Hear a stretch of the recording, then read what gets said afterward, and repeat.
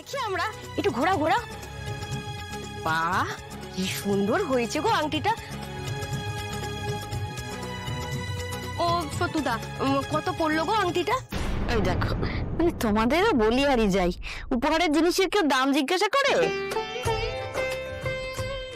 যে আমার কিছু বলার আছে, বলতে পারেন। অনুরোধ, আপনারা যদি বলতে বলেন তাহলে আমি বলতে পারি। আর এই কথাটা আপনাদের রাখতেই হবে। অনুরোধ কেন বলছেন স্যার?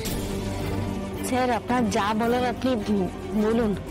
অপু আমাদের একমাত্র মেয়ে, ওর জন্য আমরা সব করতে পারি। শুধু আপনাদের এই অনুরোধটা রাখতেই হবে।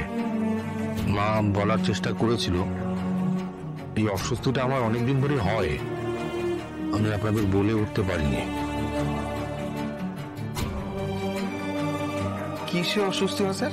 এই স্যার ডাক্তারতে আমার খুব অসুবিধে হয়, আমার অস্বস্তি হয়।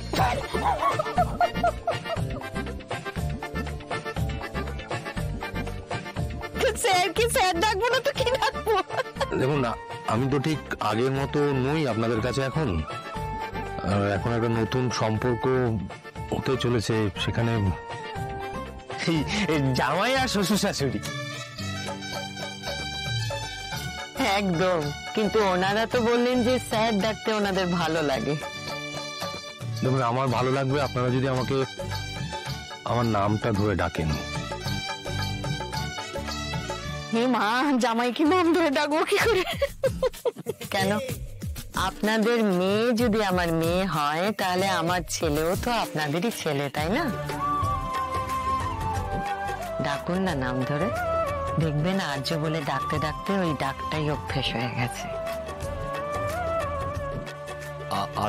আর্য? বাবা না না, আসলে কি অভ্যেস তো তাই। ওই, তুইও কি বিয়ের পরে স্যার স্যারই চালিয়ে যাবি? আমার স্যার আমি চাকরিটাই রাখবো। না না, তখন আবার আর্য স্যার এভাবে হাত জোর করে বলবে কি, পূর্ণা স্যার বলে আমাকে ডেকো না। আর কাবি কি তো